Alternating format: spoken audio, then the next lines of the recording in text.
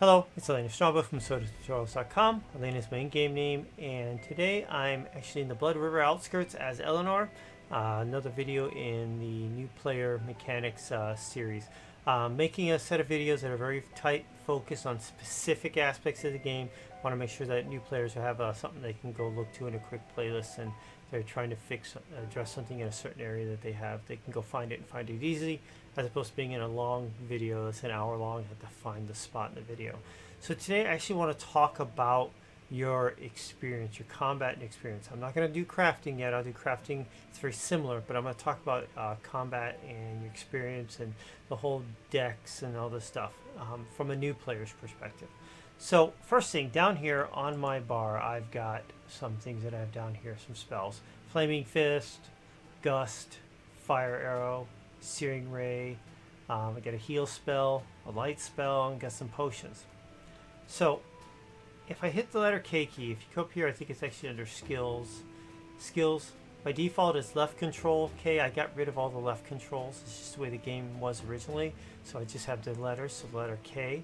So you can come to this window here and select that, or you can just hit the letter, for me it's hit the letter K, and it'll bring up your adventuring stuff.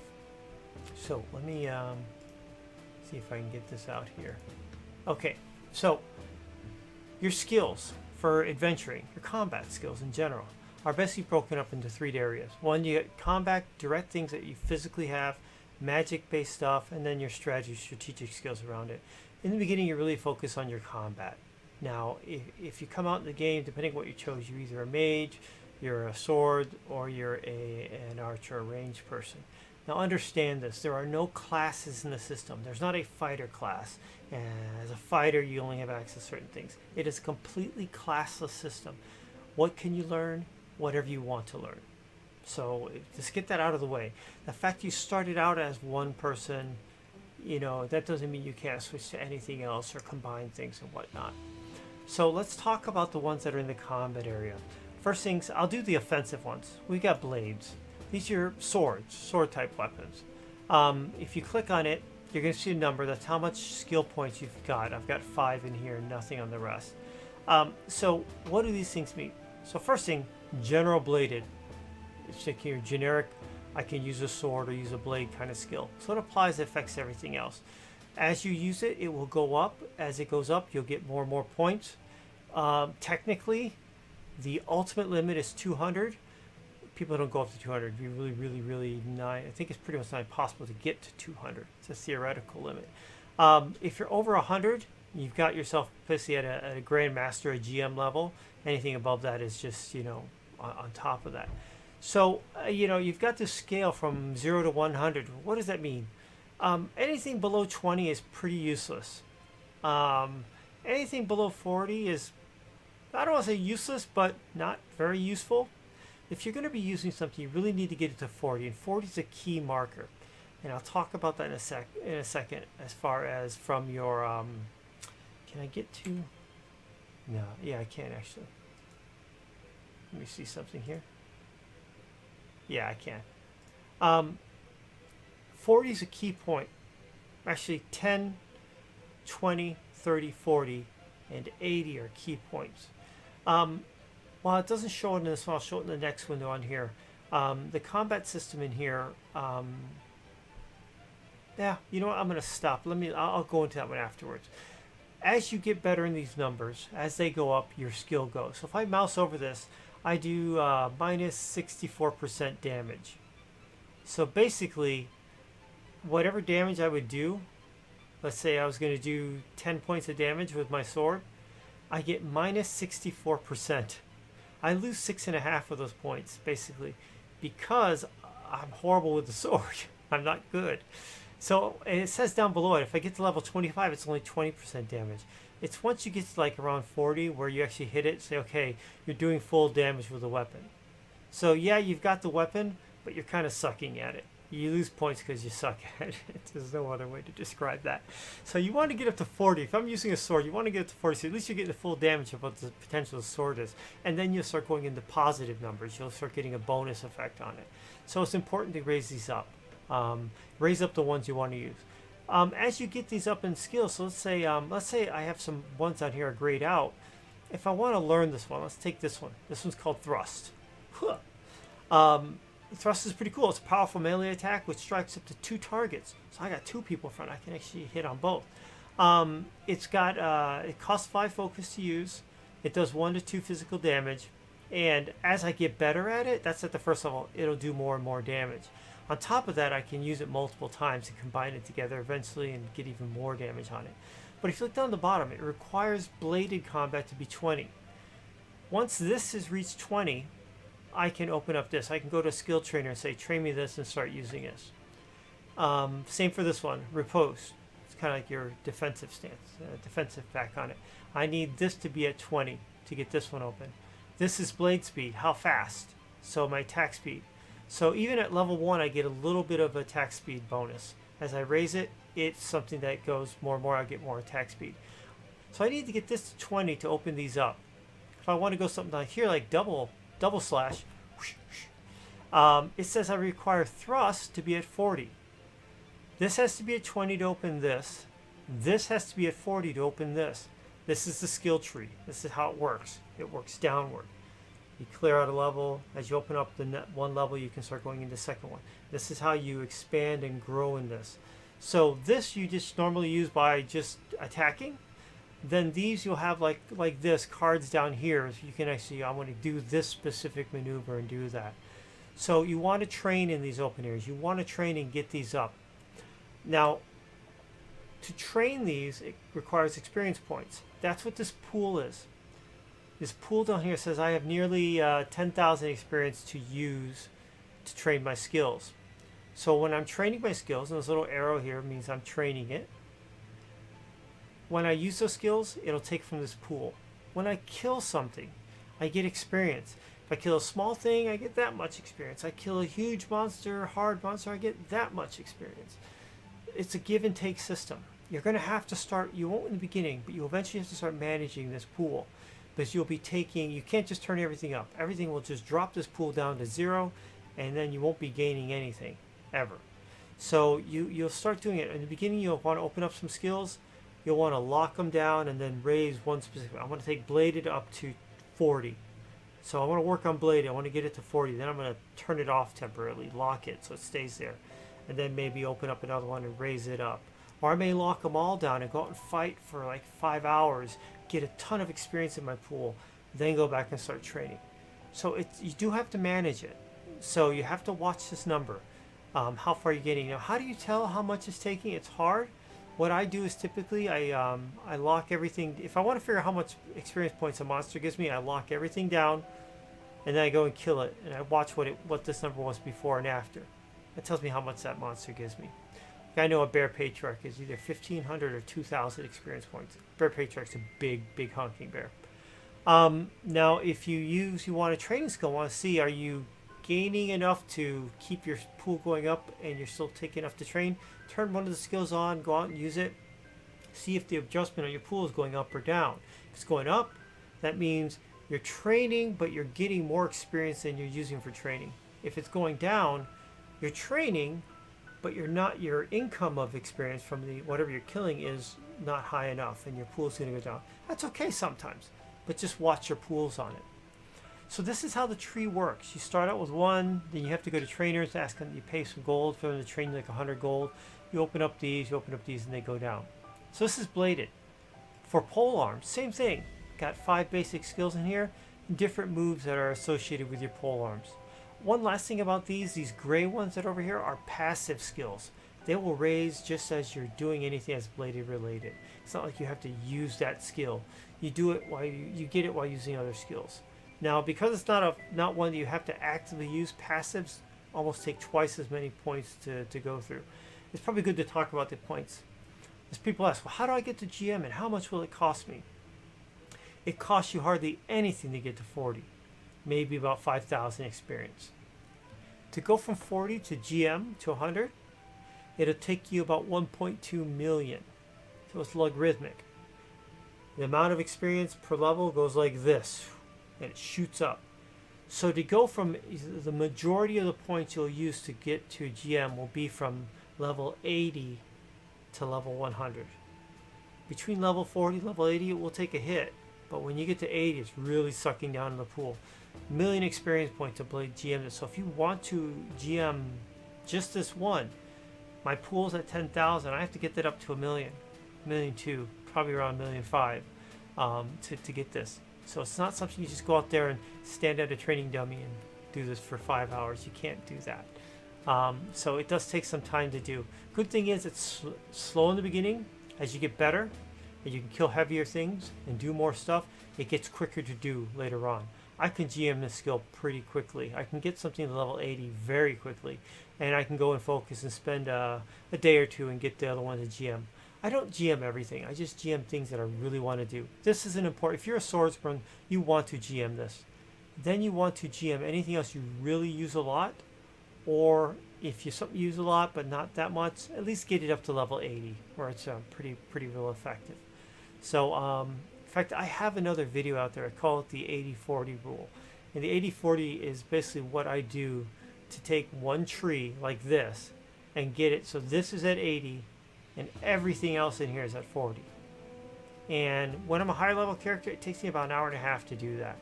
80-40 makes that entire tree useful, and then I can open and do other things with it. So pole arms, same kind of thing, except it's with pole arms. Bludgeons are your bashing weapons. Wands are considered staves, maces, and stuff. Your ranged are your bows and your crossbows that are in there, and they basically have their own, like, this one has, disable aim shot is it's a range check with a big bonus damage. This one, disabling if you shoot them, slows them down. Blinding makes it so they can lower the character's whatever you're attacking is dexterity. This one fires off 5 rapid shots in a row. This fires 5 shots at the same time and hits multiple targets, and whatnot. 2 armor ones. If you are going to wear armor, and you will, there's either going to be light armor or there's going to be heavy armor. This is light, this is heavy. So light armor is nothing. Is cloth, is leather, is bone armor, which is almost like a heavy armor, but it's considered light still. So cloth, leather, bone. Heavy armor is chain or plate. So those are the ones that are out there. Now with light armor, as you would expect, there are some skills with that. Dodge. Your chance to dodge an attack because you're in lighter armor. You can cast this as a spell and make it so your character can dodge better. This one's evade or evasion. Increases your avoidance to be able to avoid attacks. This one is escape. Decreases aggro on the player. So if I got a lot of aggro, we got a bunch of monsters coming on you, you can do that to reduce some of the aggro onto your character. This is flurry. Increases your attack speed. Sprint makes you be able to run fast and move around faster. Now here you've got swiftness, your movement and attack speed. This is a general one. If you're into light armor, you want to raise that one. Acrobatics increases your damage resistance, and sprint movement effects. So these augment these guys over here. This is all around having lighter armor. Now heavy armor, you get a little bit different. Glancing blow decreases damage suffered by an enemy attacks to the duration of the skill. So you got heavy armor, so it bounces off. You don't take as much damage. You still take some, but not as much. A body slam, which is a great offensive skill. You're in this big heavy armor. You can knock them down and basically slam them to the ground. Stuns them for a bit. It's a very useful skill that's on there. Heavy armor, temporary increased strength on your stuff. You've got your taunt, increases aggro. So you're a tank person. You're in heavy armor. You're a tank fighter, and you got other people that are lighter, kind of range people, and they're getting aggro. You can taunt and draw some of the aggro on you, so you take it for the damage because you've got the heavier stuff, while they can sit and pot shot. Absorb impacts decreases damage received at the cost of increasing damage to armor. You have to repair your armor, so you can say, all right, I'm going to decrease how much I receive, but I'm going to take more damage on my armor that I'll eventually have to repair quicker. And then Knight's Grace removes stuns effects instantly. So Knight's Grace. So sometimes you can get clobbered by a troll, pounded, earthquake, shook up. You can cast this and it clears out any effects that are on you. Oh, it's kind of cool. Your armor isn't just a defensive thing, like how much armor, what's your armor class. It's not like that. There actually are skills associated with it. One makes you more nimble, one makes you more tanky. And then there's a shield. So if you do equip and use shields, this is on here. Deflect, increases shield block for a short time. Bolster your balance, increases chance to resist stuns, roots, or knockdowns, and knockback effects. Kind of, putting up a wall. This one, bash, stun and a chance of knockback to throw someone back. Dig in, increases avoidance for friendly targets in a radius around the player. So if I dig in, I can sit there and the people, my friends who are around me, get avoidance. It helps them. So if we're fighting a big monster, if I could dig in and do something to help do that. Testudo. I've never used this one. Slows the player but increases damage resistance for allies in a radius around the player. Effect increase for each ally equipped with a shield. So it's kind of like the thing where you've got, like, the Spartans, they'd all line up shield wall, form shields, and they make a big wall, that kind of thing. So everybody who's got a shield around you, it helps out with them. I don't see that one in offcast too much. Charge, attack with knockdown and stun chance. That also moves the player toward the target. So I could actually do it's a quick move toward the target on there, and augmenters for that. So the combat's really cool. It's got these advanced, you got your offensive stuff, but your defensive stuff is just as important. In the beginning, work on your offensive stuff. Get your shields and stuff later on. You'll learn that. I kind of, at the lower level, it helps, but you need to focus on what it needs. Get your offensive going, then bring up your defensive. Work on your offensive, bring up your defensive skills to compensate with it. Whole thing on magic trees. I won't go into all these at this point, but there are different trees of magic, and each have different spells. By default, you do want to have your sun magic up. You want a light spell. You want to have that. There are fire, which is more offensive. Flaming fist, fire, ring of fire. You even get to the point you get down in a tree, you can actually open a fire elemental, a little pet that comes along with you. They're not that strong, but they help. Sometimes they'll attack them as opposed to you. Death magic, where basically you're doing death damage. You're taking life from them and giving it to yourself, or you are casting skeletons, or if there's a body on the ground, you can do corpse explosion, make it blow up and damage the other people. You got air, moon, water, your life spells. You want to have some heal spells, so get those up. At least get these two. This is the bread and butter one that's out there. You want to get to this one. This is at 20, so I could go to a trainer and start casting this up. Earth, more powerful ones, strength and stuff like that. So this is good. I would bulk up in here unless you're a mage like me and you're going to start working on those as well. But they work just like your offensive ones. There are some defense. It's offensive and defensive ones that are in here. You can mix and match. There is attunement. It's how many points you have toward a skill. So like the sun skill, I've got 20 and 8. So my general points in here is 28. If I look at my attunement, I'm 2. So my attunement to sun basically says that increases the power of my sun skill. So the more I learn in this tree, the more attuned I am. The more attuned, the more effective the skills are to this. So that's what your attunement does. It's so you want to get, when you have a tree that you're really, really working a lot, you'll have a lot more points in it. You'll have a lot more attunement.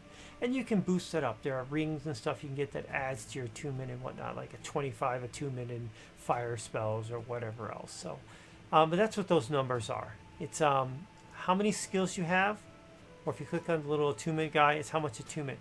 I've got more attunement in fire than I do in sun, because I have more skills open. I have 20 here, 10 here, 30 here, and whatnot. So, yeah. I will touch on these guys. Your focus are things that generally help you out. So I'm gaining heightened awareness, increases my maximum focus. That number. Mind wipe discards all my glyphs. If you have you can have a rotating deck. Kind of they pop up. You can wipe them all out if you don't like what's there and get more. There's this one here, train intelligence, increases your int stat. Quick swapping helps you swap your decks faster when you get to that point. Intercom decreases the focus cost of all glyphs. So I'm raising my focus so I can do more. I can also lower the cost of the cards so they don't use as much, which means I can whip through a lot more of them in a fight. Follow through decreases fizzle chance on all glyphs. Increases player ability to remain calm and continue casting even when hit, so you're not interrupted. If you're a mage, these are all critical on the mage side, and will be for this character. Etheric feedback increases max focus when used immediately after landing a critical hit with a spell on target. It also has a large amount of focus regeneration. So, if I critical hit someone with my sword, and you'll know it, it's like the red numbers are regular, yellow are critical hits. I did super much damage.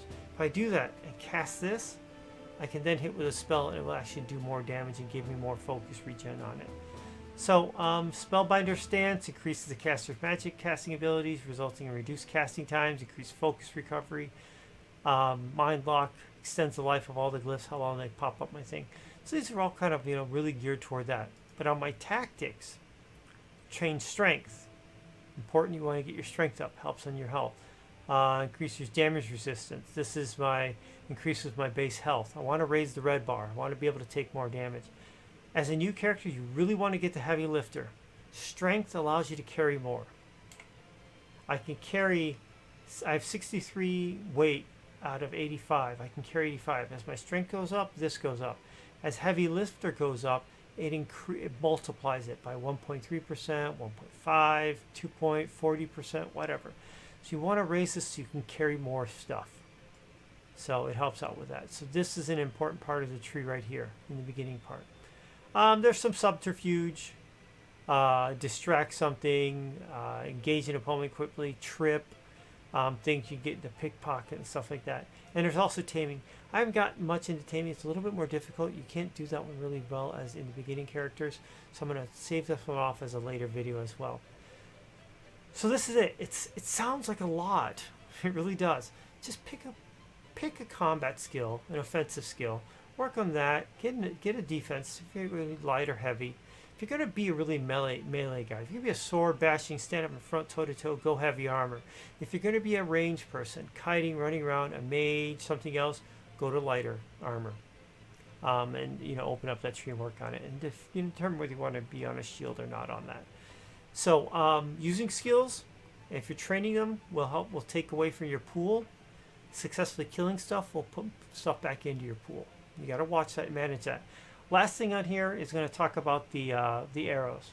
I'm training. If I click it, I'm not training. Training, not training. That's basically it. Now, there are ones with a little bit more. I'm going to be training it. This one says now I'm unlearning it.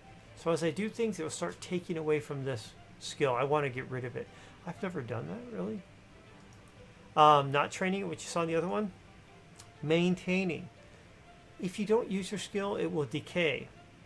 Maintaining says, well, if this thing tries to decay, take a little bit from the pool to keep it exactly where it's at. Most of the time, the stuff that I have is sitting across brown. It's at maintaining level. And then the ones that I'm raising are sitting at green. That one, you can only do that. This one, you can be able to do down. No, always just up or down. Which ones can you do maintaining versus the other ones? I don't have them all memorized. You can just click through them and see right away. So yeah, so that's it. It's not super easy. You have a lot more control, but you really can get your character to be really effective. If you just go out and just turn a bunch of stuff on, yeah, you'll get there. But you've got people in the game, and when I talk to people, I mean like 1%ers, top level tier players that can go out on their own and kill a dragon. Why? They understand all those different cards and all the different skills. They know which ones to blend together to fight in that situation, to be able to live and survive fighting a dragon. They don't have like 1,000 GMs. They just have them at the right levels and the right combination of cards together. And they're really good at getting that done. You don't have to know that at the beginning. You will need to learn that as you get advanced in the game. When you start getting to it. When you're in a big group, yeah, you can survive most of the time and be okay. But you're going to want to go out and solo things and do things on your own. And you go from one area to another one and you'll get wrecked. Why can't I do that? Well, it's either the wrong card combination, the wrong weapon or armor combination, and you'll learn that. But in the beginning, just work on your basics. Like pick a weapon skill. So if you're going to pick blades, great. Break it down. Get them all opened up. Get them to 40. Then start working on one to get it up to, get the major ones up to 80. and then you've got a really good start. You can go out and handle some of the decent areas, level 1, level 2, level 3 areas on that. So, all right, if you got questions, throw them on the video. Thumbs up or thumbs down. It's Elaina, Strongbow, SodaTutorials.com. As Eleanor. At the end here, videos that will pop up, previous one in the series. Below that's a link to the SodaTutorials.com website, what I've been doing, what I will be doing, and then a picture of me in the fairy wings. If you're liking the content, please click on that and subscribe to the channel. Take care. Have a good one.